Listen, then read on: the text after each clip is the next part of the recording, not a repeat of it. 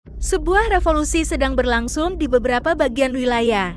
Revolusi Yesus. Jumlah Muslim yang belum pernah terjadi sebelumnya meninggalkan Islam dan memilih untuk mengikuti Kristus, terutama di Iran. Bagaimana jika sebuah bangsa mendalami tradisi berabad-abad mulai berubah dengan cara yang tidak disangka-sangka terjadi? Bayangkan gereja-gereja ini penuh dengan para penyembah, sementara masjid terlihat kosong melompong. Itulah yang terjadi di Republik Islam Iran. Perubahan dramatis dalam pola pikir itu membuat semua orang bertanya, apa yang sedang terjadi? Percayalah, jawabannya luar biasa, dan Anda akan ingin bertahan untuk mendengar keseluruhan cerita. Lebih dari 1 juta Muslim di Iran telah membuat keputusan tak terduga untuk masuk Kristen. Mungkinkah lonjakan dalam kekristenan ini menandakan awal dari berakhirnya Islam radikal? Mari kita cari tahu. Ketika kebanyakan orang memikirkan Iran, kekristenan bukan agama yang langsung terlintas dalam pikiran.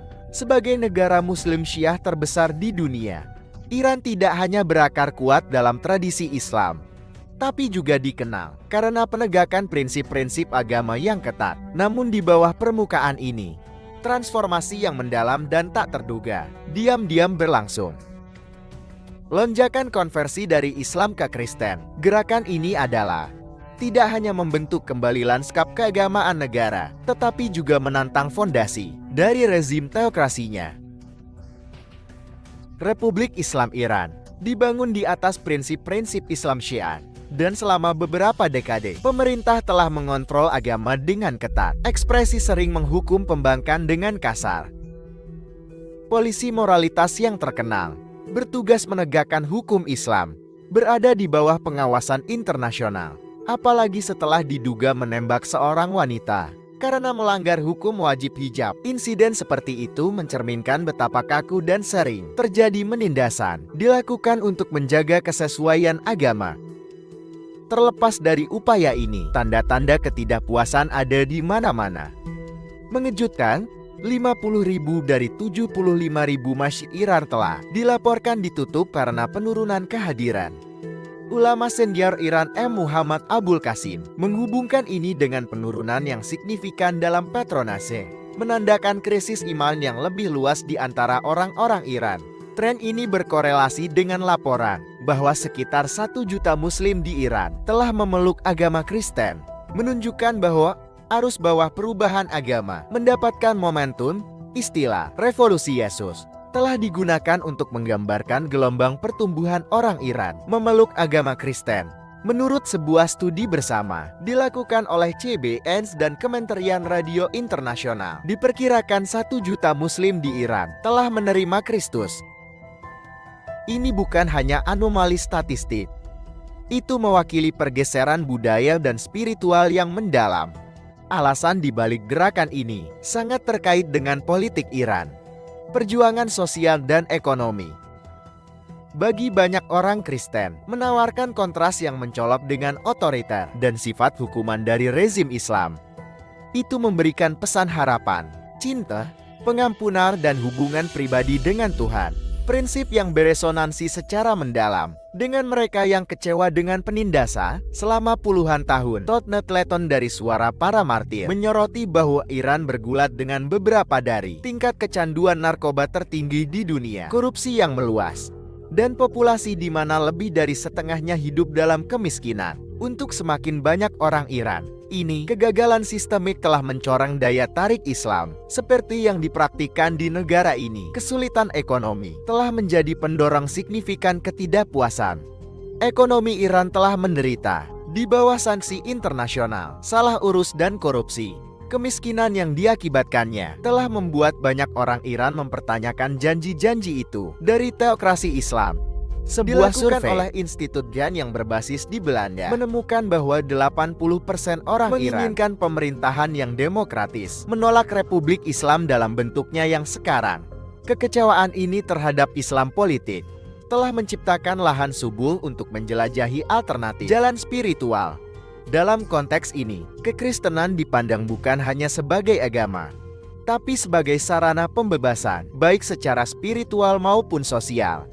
Janji demokrasi dan hak asasi manusia sering dikaitkan dengan negara-negara mayoritas Kristen. Menarik bagi mereka yang mendambakan kebebasan dan kesetaraan. Minat yang tumbuh pada kekristenan ini selaras dengan seruan yang lebih luas untuk reformasi, menunjukkan bahwa agama menjadi titik fokus untuk perlawanan terhadap rezim.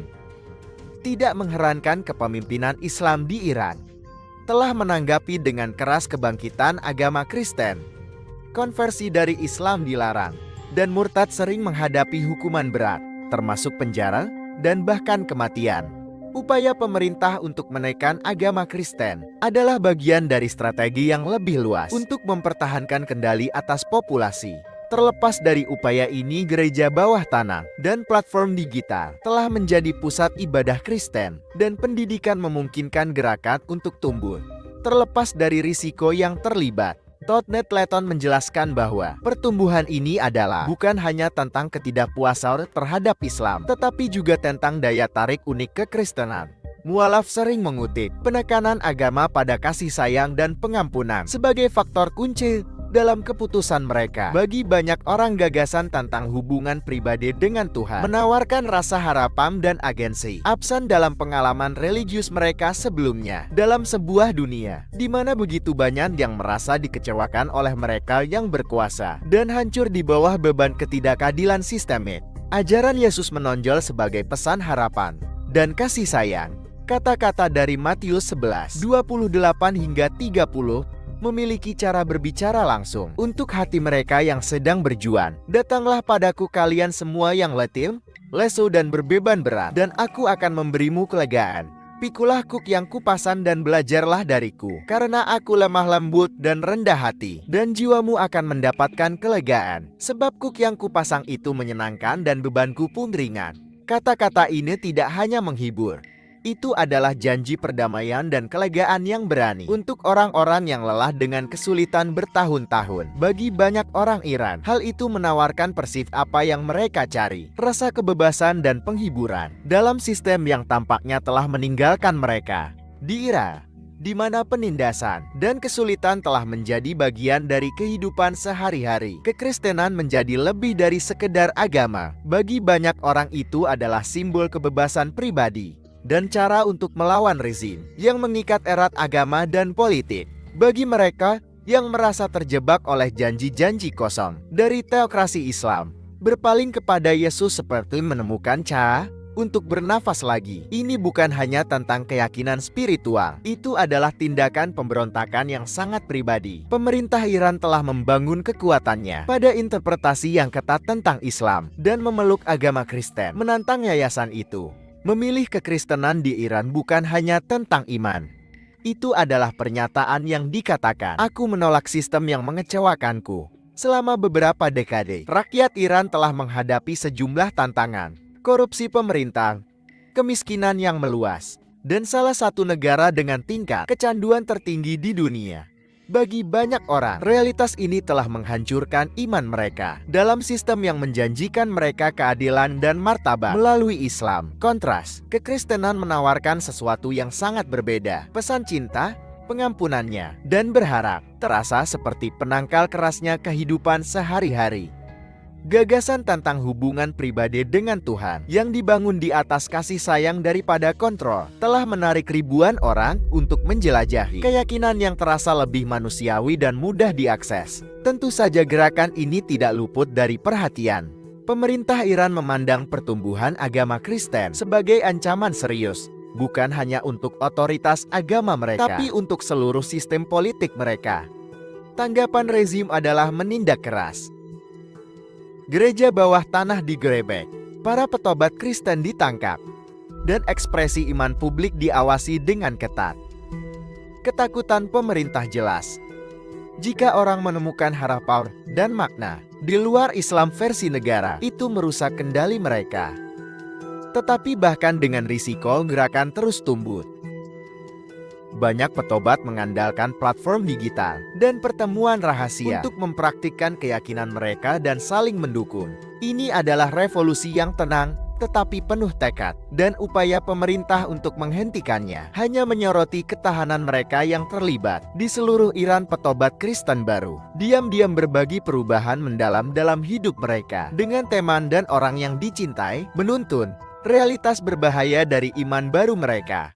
Dengan hati-hati, tempat-tempat aman bagi pencari spiritual, seperti gereja rahasia di rumah dan kelompok studi Alkitab yang rahasia, menawarkan perlindungan, namun selalu dalam ancaman. Pertemuan kecil ini seringkali hanya terdiri dari 10-15 orang percaya, berlangsung di lokasi tak mencolok, apartemen sederhana, atau rumah tak mencolok. Saat tamu terakhir tiba dan pintu terkunci, serirama kelegaan melanda kelompok tersebut. Mereka dengan hangat merangkul keamanan komunitas mereka, meskipun singkat.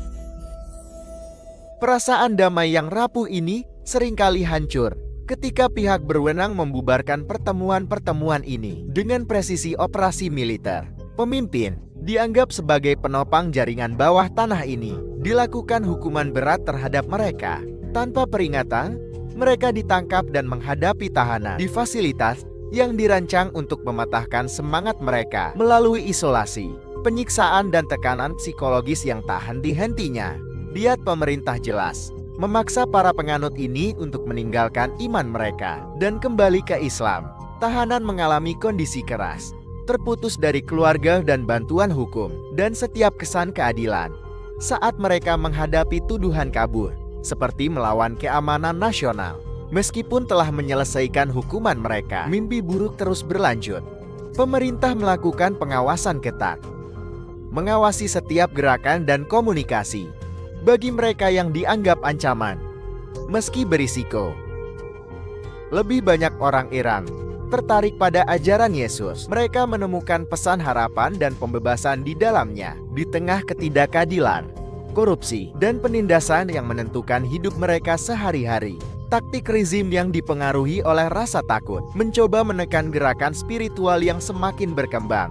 Namun, angka-angka menceritakan kisah lain. Kristianitas perlahan-lahan menguat. Perubahan ini sejalan dengan kata-kata Yesus dalam Matius 10 ayat 22. Kamu akan dibenci oleh semua orang karena namaku. Namun, orang yang bertahan sampai pada kesudahannya akan diselamatkan. Kata-kata nubuatan ini sangat beresonansi dengan orang Iran Kristen yang mengalami penganiayaan tak terbayangkan, tetap teguh dalam iman mereka. Keberanian dan ketangguhan mereka terpancar saat mereka menghadapi ancaman kekerasan terus-menerus, penjara dan lebih buruk lagi. Menariknya, sementara pemerintah menanggapi dengan represif keras, banyak teman dan kerabat para petobat menunjukkan sikap yang lebih memahami. Seperti dijelaskan Todd Natleton dari The Voice of the Martyrs, pandangan mereka sering beralih ke penerimaan. Jika Anda menemukan sesuatu yang cocok untuk Anda, apakah itu Yesus, ateisme, atau lainnya?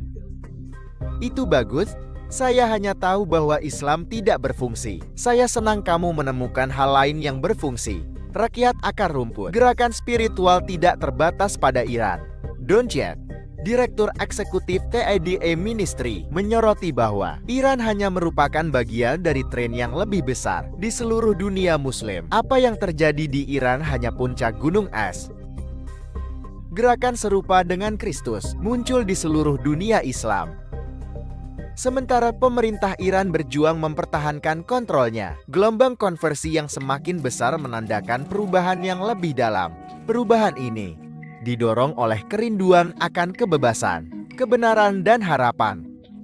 Laporan dari TED Ministry menyajikan fenomena yang menarik. Banyak Muslim bermimpi dan melihat Yesus, pengalaman yang sering menandai permulaan transformasi mendalam, perjalanan rohani. Meski demikian, pertemuan tidak selalu berujung pada konversi. Mereka sering membantu menuntun individu secara mendalam, hambatan budaya dan agama yang melekat. Bagi banyak orang, visi-visi ini membuka jalan untuk mengeksplorasi Kristen dan membangun koneksi bermakna dengan penganut Kristen. Shen, perwakilan dari TEDE Ministry, mencatat bahwa orang-orang yang mengalami hal ini seringkali Mereka berbagi refleksi yang serupa. Sekarang saya sadar betapa Tuhan mencintai saya. Selalu percaya Dia ingin menghukumku. Mimpi dan wawasan memiliki makna khusus dalam budaya Islam, di mana mereka seringkali diinterpretasikan sebagai komunikasi ilahi bagi Muslim yang bermimpi tentang Yesus. Pengalaman-pengalaman ini sangat beresonansi, menyampaikan pesan belas kasihan,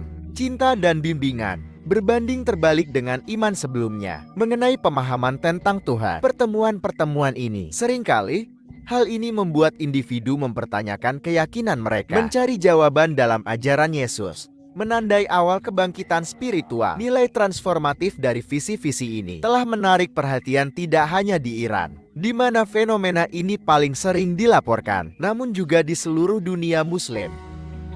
Sheng meyakini apa yang terjadi di Iran adalah bagian dari gerakan yang lebih luas, mempengaruhi seluruh dunia Muslim. Di Afghanistan, misalnya, Kristen rahasia menghadapi risiko besar saat mereka beribadah di bawah ancaman terus-menerus Taliban. Bahaya paparan menciptakan suasana tidak percaya yang meresap antara para penganut. Siapa yang harus menghadapi ketakutan terus-menerus akan infiltrasi? Sheng menekankan risiko tinggi. Menerima Kristus membawa ancaman kematian yang nyata. Meskipun tantangan ini, pengumuman Afghanistan menunjukkan peningkatan jumlah orang-orang semakin memeluk Kristen, didorong oleh keinginan untuk berhubungan dengan Tuhan. Itu terasa sangat pribadi dan pembebasan. Yaman menunjukkan contoh mencolok lain dari gerakan ini. Penelitian menunjukkan penyebaran Kristen di sana terjadi hampir 2 kali lipat dari tingkat global. Pertumbuhan ini sangat mencolok, mengingat tradisi Islam yang sangat mendarah daging di Yaman, serta krisis kemanusiaan yang sedang berlangsung yang mendominasi negara tersebut. Sementara itu, bahkan di Arab Saudi, negara terkenal karena interpretasi Islamnya yang ketat, terdapat tanda-tanda toleransi yang lebih besar. Natleton dari The Voice of the Martyrs mencatat bahwa, sementara lingkungan bagi umat Kristen tetap menantang, monarki Saudi mulai mengakui kemungkinan perdamaian koeksistensi dengan Kristen. Ini menandai perubahan besar dari sikap 10 tahun lalu. 2 tahun lalu, saat pluralitas agama masih ada, ditolak tegas. Narasi tentang konversi massal juga mendapatkan momentum di media sosial. Tweets viral dari komentator konservatif dan Duza mengklaim bahwa jutaan Muslim beralih ke Kristen, menimbulkan diskusi luas dan mendapatkan ribuan respon. Investigasi lebih lanjut menemukan wawancara sebelumnya dari 2000. Al-Katani dilaporkan bahwa 667 Muslim beralih ke Kristen setiap jam, setara dengan 16.000 konversi harian dan 6 juta per tahun. Meski angka-angkanya mengejutkan, mereka kekurangan sumber yang kredibel menyebabkan akurasinya dipertanyakan. Namun demikian, bukti anekdotal dari organisasi-organisasi seperti Ministry Tida dan Suara Para Martir. Selain itu, ada kesaksian pribadi dari para menunjukkan pertumbuhan signifikan dalam Kristen di kalangan Muslim baru. Penganut di Timur Tengah melihat kebangkitan rohani mereka sebagai bagian dari gerakan Roh Kudus yang lebih luas. Gelombang transformasi memiliki potensi untuk merombak bukan hanya kehidupan individu, namun seluruh bangsa. Di wilayah yang sering disebut sebagai basis kuat Islam, Roh Kudus menghancurkan batas-batas, mengubah hidup dalam cara yang melampaui ekspektasi budaya dan politik. Pesan Alkitab dengan panggilan universalnya untuk penebusan melalui Yesus melampaui batas, berbicara ke hati orang-orang di setiap sudut dunia. Gerakan ini tidak terbatas pada satu negara atau komunitas. Ini adalah bukti dari cinta dan kasih sayang yang mendalam. Cinta kasih Allah yang universal memberikan harapan dan pembaruan kepada orang-orang siapa yang telah lama menderita penindasan, ketidakadilan dan keputusasaan. Bagi banyak orang di Timur Tengah, penerimaan kasih sayang Allah tanpa syarat, konsep revolusioner, mengganti rasa takut akan hukuman ilahi dengan jaminan kasih dan ampunan. Perkenalkan Tuhan yang dapat didekati, kasih sayang dan sangat peduli terhadap kesejahteraan mereka. Perubahan spiritual yang terjadi tidak hanya tentang keyakinan pribadi. Hal ini menciptakan gelombang sosial dan serta tatanan budaya di wilayah tersebut. Timur Tengah yang selama ini dianggap resisten terhadap perubahan, menyaksikan transformasi diam-diam namun tak terbantahkan. Saat individu menerima anugerah keselamatan melalui Yesus, lanskap spiritual wilayah ini mulai bergeser.